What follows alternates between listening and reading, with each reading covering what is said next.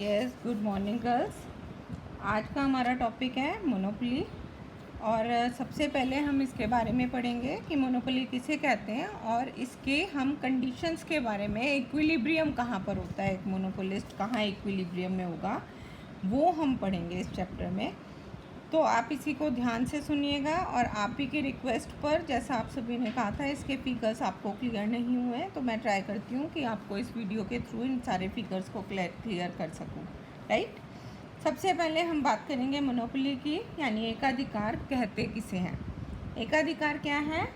यानी monopoly is a market situation in which there is a single seller, right, जहाँ पर एक विक्रेता है, यानी जहाँ पर सिर्फ एक बेचने वाला है, and there are no close substitutes for commodity it produces. जो भी वो प्रोडक्शन करता है उसका कोई भी सब्सटीट्यूट उसके पास नहीं होता है, उसी को हम मोनोपोली कहते हैं। तो अलग अलग इकोनॉमिस्ट अलग अलग तरीके से डिफाइन करते हैं। हमने इसके फीचर्स पहले कर लिए थे, यानी जहाँ पर सिंगल सेलर है, क्लोज सब्सटीट्यूट्स नहीं है, राइट, एंट्री और एग्ज़िट जो है उस पर बैरियर्स हैं, वो हम आसानी से नहीं किसी को एंटर करने देते हैं, राइट।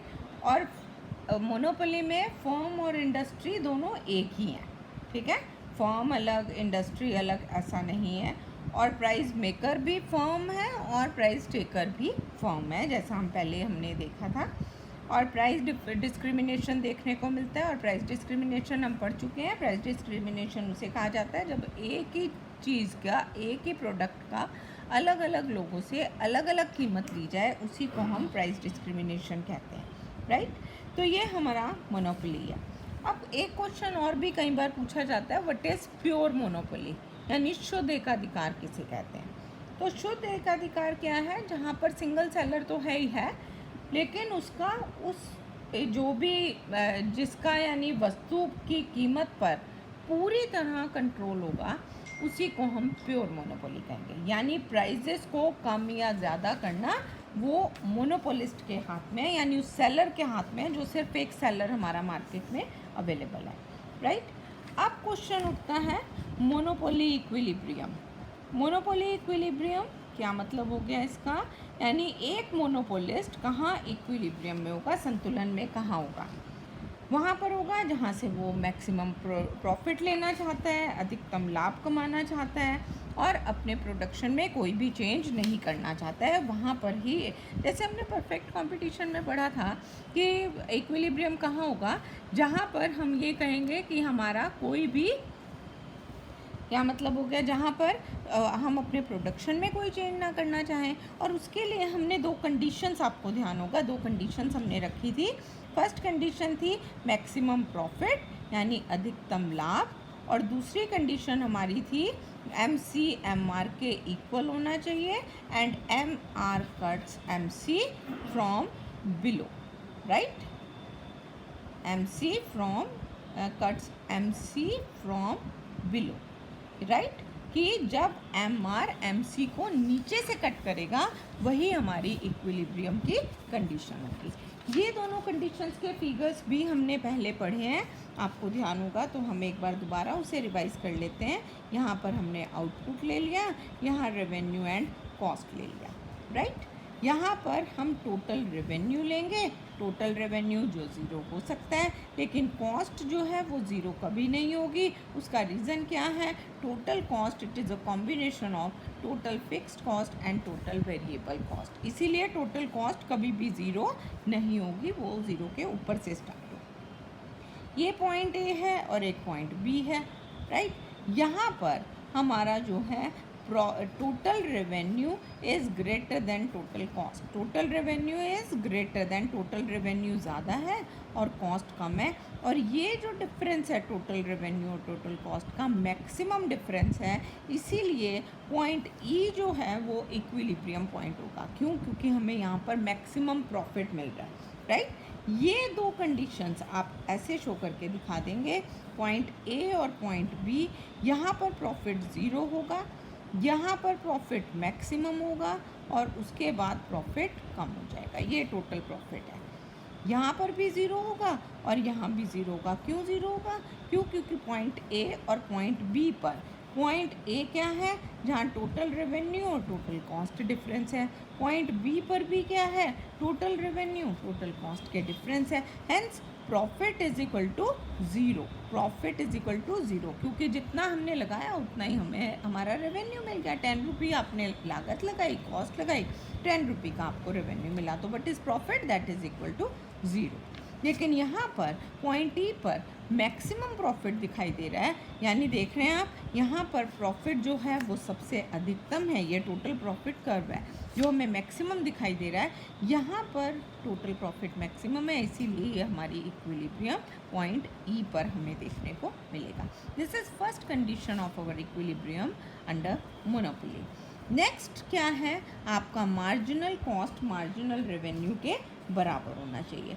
यहाँ पर फिर से हम आउटपुट लेंगे और यहाँ पर हम रेवेन्यू एंड कॉस्ट लेंगे। आप जानते हैं मोनोपोली में average revenue and marginal revenue curves they are less elastic. Why? कम लोचदार होंगे। क्यों कम लोचदार होंगे? क्योंकि प्राइस में बहुत ज़्यादा चेंज होने पर भी डिमांड में थोड़ा सा फॉल होगा। उसका रीज़न क्या है, मेरे पास कोई और सेलर है ही नहीं और कोई शॉप ही नहीं है। प्राइस चाहे वो 100 रुपये मांगे चाहे वो 10 रुपये मांगे, मेरे को वहीं से ख़रीदना है, इसीलिए मेरी डिमांड में थोड़ी सी कमी आएगी, बहुत ज़्यादा चेंज हमें देखने को नहीं मिलेगा। डिमांड में कम चेंज है, इसीलिए जो हमारा average revenue marginal revenue curve है दे आर लेस इलास्टिक, कम लोचदार हैं क्योंकि डिमांड में कम चेंज है, राइट। तो ये हमारा एवरेज रेवेन्यू फॉल कर रहा है और एवरेज रेवेन्यू के साथ साथ मार्जिनल रेवेन्यू उससे ज़्यादा फॉल करेगा। These two curves they are less elastic. लिखना है साथ में आपको फिगर प्लॉट करते हुए कि एवरेज रेवेन्यू और marginal revenue curves they are less elastic. Why? Because the change in demand is less than change in price. Demand में थोड़ा सा चेंज होगा, प्राइस में चाहे कितना भी चेंज क्यों ना हो, राइट। नेक्स्ट पॉइंट आप बनाएंगे मार्जिनल कॉस्ट। हमारा इक्विलिब्रियम कहाँ पर होगा? इक्विलिब्रियम हमारा कहाँ होगा? जहाँ पर MC और MR दोनों बराबर हैं। तो ये पॉइंट E, ये दिस इज इक्विलिब्रियम पॉइंट कहाँ पर? जहाँ पर MC MR के इक्वल है, राइट। तो ये हमारी सेकेंड कंडीशन है जहाँ पर हमारा इक्विलिब्रियम होगा। Marginal cost is equal to marginal revenue. कुछ गर्ल्स यहाँ पर भी बना देती हैं, ये इस पॉइंट पर आप देखेंगे average revenue is equal to marginal cost है, जबकि हम जानते हैं मोनोपोली में एवरेज रेवेन्यू मार्जिनल रेवेन्यू सब अलग अलग कर्व्स रहते हैं। परफेक्ट कंपटीशन में तो दोनों बराबर थे क्योंकि प्राइस में कोई चेंज नहीं होता था, लेकिन मोनोपोली में दोनों जो हैं अलग अलग दिखाई देंगे। एवरेज रेवेन्यू अलग होगा और मार्जिनल रेवेन्यू अलग होगा। अब क्वेश्चन उठता है, इसके बाद हम बात करेंगे, हम बात करते हैं short run equilibrium and long run equilibrium. Short run equilibrium and long run equilibrium, right. Long run equilibrium, short run equilibrium में 3 पॉसिबिलिटीज़ हो सकती हैं, super normal profit and loss, right. Super normal profit किसे कहते हैं? जब average revenue is greater than average cost. जब revenue ज़्यादा होगा, कॉस्ट कम होगी, तो उसे सुपर नॉर्मल प्रॉफिट मिलेगा। 10 रुपये आप खर्च कर रहे हैं और आपको रेवेन्यू 15 रुपये मिल रहा है, तो 5 रुपये आपका सुपर नॉर्मल प्रॉफिट है। नॉर्मल प्रॉफिट किसे कहेंगे? जब average revenue is equal to average cost होगा। Average revenue is equal to average cost. और लॉस कब होगा? जब average revenue is less than average cost. Cost हम 10 रुपये लगा रहे हैं और 8 रुपये हमें रेवेन्यू मिल रहा है, तो 2 रुपये का हमें लॉस देखने को मिलेगा, राइट। अब हम इसके फिगर्स प्लॉट करेंगे। ज़रा ध्यान से सुने, बच्चों को बहुत प्रॉब्लम्स हैं इन फिगर्स में। अगर इन फिगर्स को आप समझेंगे ध्यान से तो मेरे ख्याल सभी को आसानी से समझ भी आ जाएगा। यहाँ पर हम आउटपुट लेते हैं और यहाँ पर रेवेन्यू एंड कॉस्ट लेते हैं। ज़रा ना हम स्टेप बाय स्टेप इन फिगर्स को प्लॉट करेंगे। फर्स्ट स्टेप आप क्या बनाएंगे? Average revenue and marginal revenue curves. Average revenue and marginal revenue they are less elastic under monopoly. AR fall करता है तो MR उससे ज़्यादा फॉल करेगा। AR and MR they are less elastic, कम लोचदार है। आप बताएंगे वहाँ पर, लिखेंगे वहाँ पर जब जो फिगर बनाएंगे कि AR and MR curves they are less elastic under monopoly. Second step आपका होगा, क्या बनाएंगे, एवरेज कॉस्ट। ठीक है, एवरेज कॉस्ट बनाएंगे। एवरेज कॉस्ट यहाँ पर क्या देख रहे हैं, it is less than average revenue. इस एवरेज रेवेन्यू से नीचे की तरफ एवरेज कॉस्ट जाना चाहिए। दिख रहा है, ये नीचे आ गया, इस कर्व से नीचे आ गया, इस कर्व से नीचे। यहाँ पर रेवेन्यू एंड कॉस्ट दोनों बराबर होंगे। ये रेवेन्यू है, इसको टच करता हुआ ही हमारा एवरेज कॉस्ट होगा। यहाँ पर दोनों बराबर हैं। See the difference, right. यहाँ पर revenue is less than average cost. Revenue ये है तो कॉस्ट हमारा ये बनेगा। रेवेन्यू कम है और कॉस्ट ज़्यादा है। मेरे ख्याल आसानी से हम तीनों फिगर्स में डिफ्रेंशिएशन कर सकते हैं। Cost is less than average revenue is equal to average cost is greater than average revenue. यही हमें सुपर नॉर्मल प्रॉफिट या लॉस को शो करके दिखाता है। थर्ड स्टेप आपका ये सबसे इम्पॉर्टेंट है, आप ध्यान देखें, ध्यान से सुने। एवरेज कॉस्ट कम है इस एवरेज रेवेन्यू से, ये एवरेज रेवेन्यू है, ये कम है। एवरेज रेवेन्यू और कॉस्ट दोनों बराबर है, राइट। यहाँ पर कॉस्ट ज़्यादा है, रेवेन्यू कम है। थर्ड पॉइंट आपका क्या होगा, plot marginal cost. Marginal cost हमेशा एवरेज कॉस्ट को मिनिमम पॉइंट पर कट करेगी।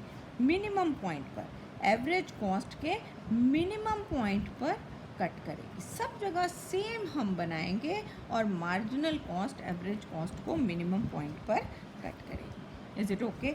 Next point, MC is equal to MR। MC MR के इक्वल कहाँ है? ये बहुत इंपॉर्टेंट पॉइंट है। ये हमने पढ़ा था, आपको ध्यान होगा, ये वाला फिगर। इसमें हमने कहा था मार्जिनल रेवेन्यू को मार्जिनल कॉस्ट कहाँ, नीचे वाले कर्व को कहाँ पर ये टच कर रही है मार्जिनल कॉस्ट। यहाँ पर भी हम यही देखेंगे, ये मार्जिनल रेवेन्यू है, मार्जिनल रेवेन्यू लिखा हुआ है, ये मार्जिनल कॉस्ट है, इस पॉइंट पर कट करेगी। जहाँ कट कर रहे हैं उसी को एक हम स्ट्रेट लाइन ऊपर तक ले जाएंगे। ये मार्जिनल कॉस्ट और मार्जिनल नीचे वाले कर्व पर टच कर रही है, इसको भी हम ऊपर तक ले जाएंगे। यहाँ पर मार्जिनल कॉस्ट मार्जिनल रेवेन्यू को कट कर रही है, इसको भी हम ऊपर तक ले जाएंगे, राइट। ज़रा देखेंगे fifth point, average revenue and average cost. ठीक है, एवरेज रेवेन्यू को ये वाली लाइन, ये जो मैंने लाइन ड्रॉ की है MC MR के इक्वल वाली, ध्यान से देखें, ये जो हमने लाइंस प्लॉट की हैं, इस लाइन पर एवरेज रेवेन्यू कहाँ कट कर रहा है और एवरेज कॉस्ट कहाँ कट कर रहा है। एवरेज रेवेन्यू इस लाइन को यहाँ पर कट कर रहा है, जहाँ कट कर रहा है वहाँ पर आप R लिख देंगे, दिस इज़ रेवेन्यू। इस लाइन को एवरेज कॉस्ट कहाँ टच कर रही है, यहाँ पर टच कर रही है, this is cost. Hence it is supernormal profit. Why? Because revenue is greater than cost. Revenue is OR, whereas cost is OC. OR is greater than OC. This shows that this is supernormal profit. Right, असामान्य लाभ मिल रहा है एक firm को। अब हम जानते हैं कि मोनोपोली में फर्म और इंडस्ट्री दोनों एक ही रहते हैं, तो उनको यहाँ पर सुपर नॉर्मल प्रॉफिट हमें देखने को मिल रहा है। नेक्स्ट पॉइंट, हम यहाँ पर देखेंगे इस लाइन को एवरेज रेवेन्यू कहाँ टच कर रहा है, यहाँ पर ये रेवेन्यू है, और एवरेज कॉस्ट कहाँ टच कर रहा है, वो भी यहाँ पर कर रहा है। Hence there is no profit no loss. ना तो कोई प्रॉफिट मिल रहा है, ना ही हमें कोई लॉस मिल रहा है। क्यों? क्योंकि एवरेज रेवेन्यू और एवरेज कॉस्ट दोनों बराबर हैं। यहाँ पर भी हम देखेंगे इस लाइन को एवरेज रेवेन्यू कहाँ टच कर रहा है, ये रेवेन्यू है। कॉस्ट कहाँ टच कर रहा है, ये ऊपर है ना, कॉस्ट कर्व तो ऊपर है, तो हमारा कॉस्ट ज़्यादा है। ये क्या हुआ, ये हमारा लॉस को शो कर रहा है। Why? Because cost is OC is greater than OR, cost is greater than revenue, right. ये हमारे तीनों कर्व सुपर नॉर्मल प्रॉफिट या लॉस आप तीनों शो करके दिखाएंगे। अब बात करें अगर हम लॉन्ग रन की, तो मैंने आपको पहले भी बताया है, monopolist he is the king of the market. वो चाहे कितने भी प्राइस कॉस्ट कम है, कॉस्ट ज़्यादा है, कॉस्ट कांस्टेंट है, हर केस में उसे मैक्सिमम प्रॉफिट मिलता है, उसे सुपर नॉर्मल प्रॉफिट हमें देखने को मिलता है। तो लॉन्ग रन में मोनोपोलिस्ट को सुपर नॉर्मल प्रॉफिट मिलेगा। तो आप ये वाला कर्व दोबारा से प्लॉट करेंगे, सिर्फ फ़र्क क्या होगा, वहाँ पर LAR, LMR, LAC right and LMC, long run average revenue, long run marginal revenue, in curves के नाम बदल देंगे, बाकी आपका फिगर सेम रहेगा। क्यों? क्योंकि हम सुपर नॉर्मल प्रॉफिट के बारे में बात कर रहे हैं। मेरे ख्याल सबको क्लियर हो गया होगा, बहुत सिंपल था राइट। ये हुआ हमारा मोनोपोली का। अगर मैं मोनोपोलिस्टिक कंपटीशन की बात करूँगी तो ध्यान रखें, सेम फिगर से ही बनेंगे दोनों, यही आपको मैक्सिमम प्रॉफिट का कर्व बनाना है, यही MCMR इक्वल बनाना है, और MR MC को नीचे से कट करता हुआ जो MC cuts MR from below, MC MR को नीचे से कट करता हुआ जाएगा। अब यहाँ पर जो हमने कहा है ये सेम कंडीशंस रहेंगी, सिर्फ फ़र्क क्या होगा, यहाँ पर average revenue marginal revenue curve ये लेस इलास्टिक थे, वहाँ पर हम मोर इलास्टिक बनाएंगे। ये AR एंड MR कर्व, ये कहाँ पर है, monopolistic competition right. Monopolistic competition में average revenue marginal revenue curves and marginal revenue curves, they are more elastic, अधिक लोचदार होते हैं। उसका रीज़न क्या है, प्राइस में थोड़ा सा इंक्रीज़ होने पर डिमांड में बहुत ज़्यादा कमी आ जाती है, डिमांड में ज़्यादा कमी, इसीलिए मोर इलास्टिक, ज़्यादा परिवर्तनशील है राइट। तो ये हमारा कर्व होगा। बाकी रही बात आपके short run long run equilibriums की, शॉर्ट रन इक्विलिब्रियम सेम यही कर्व्स बनेंगे दोबारा से, जो आपको सुपर नॉर्मल प्रॉफिट लॉ, सिर्फ एक्सप्लेनेशन में आप बताएंगे average revenue marginal revenue curves they are more elastic, सिर्फ इतना डिफरेंस आपको मोनोपोली और मोनोपोलिस्टिक कंपटीशन के तीनों सिचुएशंस में करना है। और रही बात लॉन्ग रन की, अगर लॉन्ग रन की हम बात करते हैं तो लॉन्ग रन में हमेशा हमें क्या मिलेगा, नॉर्मल प्रॉफिट मिलेगा। स्टेप्स यही रहेंगे, इन्हीं स्टेप्स से आप बनाएंगे। सबसे पहले AR एंड MR कर्व्स बनाएंगे, सेकेंडली आप एवरेज कॉस्ट बनाएंगे, नॉर्मल प्रॉफिट बना रहे हो तो इसको टच करते हुए जाएंगे राइट। देख रहे हैं एवरेज रेवेन्यू को टच कर रहे हैं। थर्ड मार्जिनल कॉस्ट बनाएंगे, MCMR के इक्वल कहाँ है, यहाँ पर है, और ये हमारा revenue and cost, long run marginal cost, long run average cost, long run average revenue, long run marginal revenue, ये कहाँ पर होगा, मोनोपोलिस्टिक कंपटीशन में हमें नॉर्मल प्रॉफिट देखने को मिलेगा। ये आप दो बातें ध्यान में रखें, मोनोपोली में सुपर नॉर्मल प्रॉफिट मिलेगा, जबकि मोनोपोलिस्टिक कंपटीशन में हमें नॉर्मल प्रॉफिट मिलेगा।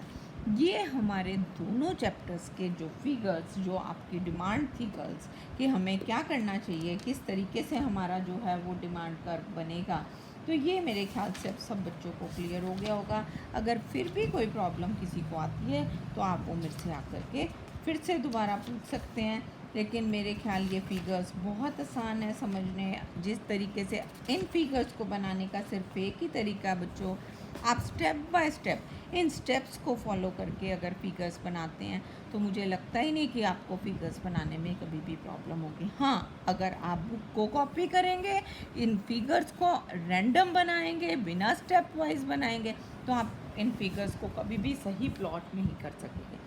जो मैंने इन फिगर्स के साथ आपको बोल के सुनाया है, जो मैंने एक्सप्लेनेशन दिया है, आप उस एक्सप्लेनेशन को इन फिगर्स के साथ लिखेंगे ज़रूर, बताएंगे ज़रूर, तभी जो है आपके फिगर्स जो हैं वो जस्टिफाई करेंगे। अदरवाइज फिगर्स अपने आप नहीं बोलते हैं कि वो क्या कहना चाहते हैं, जब तक कि आप उनको वर्ड्स नहीं देते हैं। तो हमें सभी फिगर्स को वर्ड्स देना ज़रूरी है, उनको शब्द देना ज़रूरी है, ताकि वो आसानी से समझ सके, कोई भी देखने वाला समझ सके कि ये फिगर क्या कहना चाहता है। इम्पॉर्टेंट पॉइंट, आपको ये दोनों कंडीशंस भी ज़रूर बतानी है राइट। मोनोपोली हो चाहे मोनोपोलिस्टिक कंपटीशन हो, दोनों में सेम शर्तें हैं।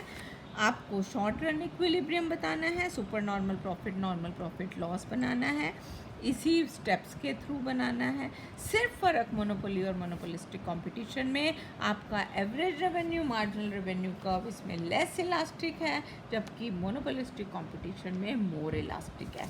और लॉन्ग रन में मोनोपोली में सुपर नॉर्मल प्रॉफिट मिलता है, जबकि मोनोपोलिस्टिक कंपटीशन में सिर्फ नॉर्मल प्रॉफिट मिलता है। ये कुछ बातों को ध्यान में रखते हुए इन फिगर्स को प्लॉट करेंगे तो मुझे लगता नहीं है कि किसी भी बच्चे को किसी भी स्टूडेंट को किसी तरह की कोई प्रॉब्लम फेस करनी पड़ेगी, राइट।